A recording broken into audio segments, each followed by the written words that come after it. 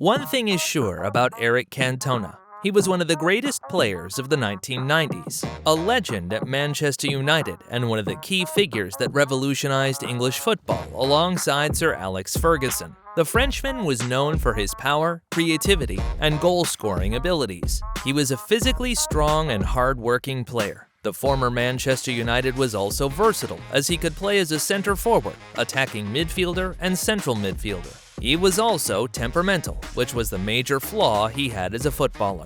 It affected him during his footballing days, but it doesn't mean he wasn't a great player. So, how did it all begin for Eric Cantona?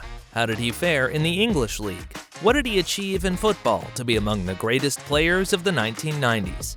Let's find out. How it all started for Eric Cantona. The former Manchester United forward spent most of his 1980s as a journeyman across different clubs in the French League. As an aspiring footballer, Cantona played for a youth team outside of his hometown Marseille until he was discovered by a big club Auxerre at the age of 15. He made his debut for the French club during the 1983-84 season and established himself in the 1986-87 season. He averaged a goal every 3 games at the club before transferring to Marseille in 1988. This was the club where the Frenchman started losing his temper. While at Marseille, he openly criticized his national team coach, which earned him a 1-year ban from the French national team. He didn't end there, as he threw his shirt at a referee in 1989. Marseille was unhappy and provoked by Cantona's behavior. This led to the club loaning out the French forward on 2 occasions, first to Bordeaux and then Montpellier. His time at Marseille saw him win 2 league titles with the club.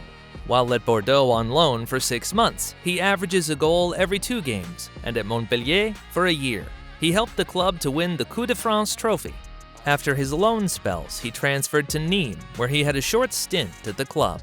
Just on his 16th appearance for the French club, the French forward threw a ball at the referee, which landed him a 1-month ban at a disciplinary hearing. With Cantona's behavior, it was clear he wasn't going to take that news well, as he labeled everyone at the disciplinary meeting idiots. After this, he announced his retirement from football in December 1991 at the age of 25, as he seemed to be rejected by his country's people. Michel Platini had to convince the French striker to come back and look for a move outside France. He transferred to Leeds, and this was the beginning of the French forward journey in England. How did he fare in the English League? First, on a 6-month loan to Leeds, he helped the club charge for a league title, which they eventually secured in May. His transfer was made permanent by the end of the season. He spent another 6 months at Leeds before moving to Manchester United in January of 2022. And this was the club that changed his story completely. In just his first 22 appearances at the club, he helped the club win its first league title after a 26-year wait. In his first full season at the Red Side of Manchester, the iconic number 7 helped the club win another league title and added the FA Cup this time around. He has also been voted the PFA Player of the Year that season. The next season wasn't a success for the Frenchman at all, as his temperamental side once again kicked in. In January 1995, the French striker received a red card and was booed as he walked off the pitch. He heard one of the opposing fans taunting him, and he jumped into the stands before kicking him in his chest. This was the biggest controversy in his career.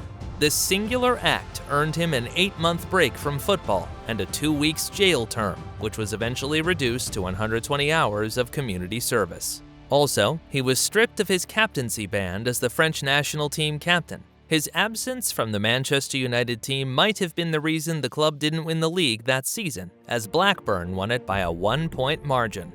By October 1995, the Frenchman got back to what he liked doing best. He won 2 more league titles and the FA Cup before shockingly announcing his retirement from football at the age of 30 to become an actor. As funny as it sounds, it indeed happened. The Frenchman entered the movie industry shortly after he retired from football. What did the Frenchman achieve in football?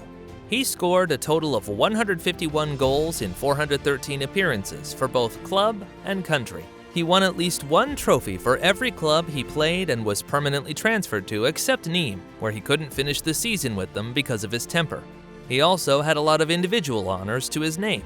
He won the Division I Rookie Player of the Year while in France, once finished third on the Ballon d'Or standings, and had the most assists in the season twice at the Premier League. He also won the PFA Player of the Year award and FWA Football of the Year once in the Premier League. He won the Sir Matt Busby Player of the Year award twice. He also won the Overseas Player of the Decade between 1992-93 and 2001-2002 seasons, and in 2002, he was inducted into the English Football Hall of Fame. In 2003, Cantona was voted as Manchester United's greatest ever player by Inside United magazine. He was named by the great Pelé as one of the FIFA 100 greatest living footballers in 2004. In 2021, Eric Cantona was inducted into the Premier Hall of Fame. His short time in England made him win most of these awards. His time in English football can never be forgotten easily. Some Manchester United fans see him as the greatest footballer to ever play for the club. What do you think of this? Let me know in the comments section below. If you like this video, please consider subscribing to the channel. It goes a long way in pushing the video up the algorithm and putting a smile on our faces.